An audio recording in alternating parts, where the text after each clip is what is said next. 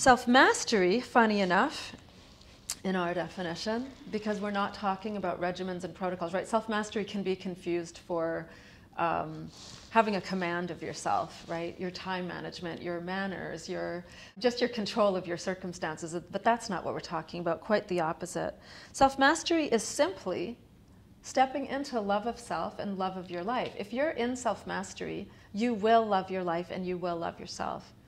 Funny enough, the opposite also holds true. If you truly love yourself and invest in that, right, if you actively love yourself in a multidimensional way, then you will actually step into greater self-mastery through no additional effort than that. Self-love equals self-mastery. Self-care equals self-mastery. So as you can see here, why they equal each other is because self-care is the act of loving yourself and self-mastery is the act of loving yourself. So self-mastery is about loving yourself and loving your lives, and we have developed steps to get there. You know, this is a how-to. We're not just going to tell you that they're equal. Our day is going to be spent showing you, how to make it so for your life. Self-mastery also means living as our truest selves and as our best selves.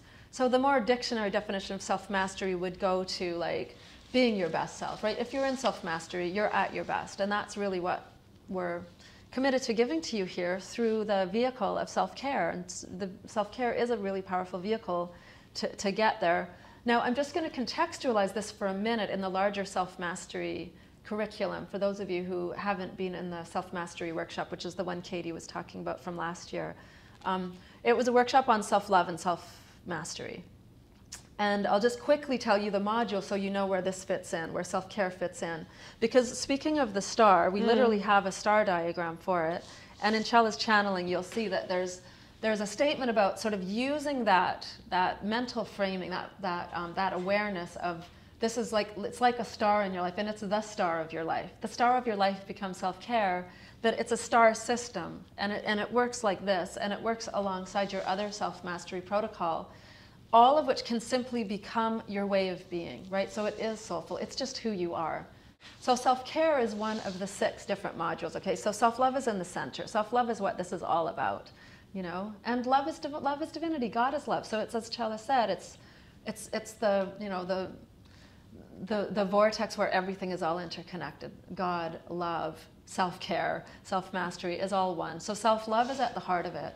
We have beaming on ourselves as just actively loving ourselves, the energy, the force, the emotion of love beamed unto ourselves, okay? That's one of them. The next is knowing who you are. The next is healing, forgiving, freeing yourself, banishing the self-critic, the inner critic, maybe not banishing, but turning the volume way down. Stepping into your personal empowerment, your self-importance. I call it your self-designated A-list status. And it takes that to get into the self-care regimen. That's part of what you need to do. It is a kind of a feeling of self-importance. You have to dial up your sense of personal importance in order to do this for yourself. So that relates to self-care. But dialing up your self-importance. Dialing up your intuition is on the 5th of the 6th self-mastery modules. And then the final one is care of the self. And if these particular things become who you are, guess what? You miraculously get what you want out of life. And you miraculously can contribute what it's in your soul to contribute. I know, again, so many of us are dying. I know I am. I can speak for Chella. I can speak for many of us in this room. We are dying to be used by God in a more profound way, in a bigger way, in a brighter way. It's all about giving. We want to give of ourselves. But guess what? Until you're in a greater level of self-mastery, you're not allowed to do it. Unless you're willing to put the cart before the horse, which is what happens to a lot of people, and then you get all this karmic comeuppance, right? Of course you can get there without being in self-mastery. You see it all the time, but you also see the roadkill that goes along with that. So if you want to avoid roadkill and you really want to be of service and be a noble, harmonious service, then you have to get into self-mastery.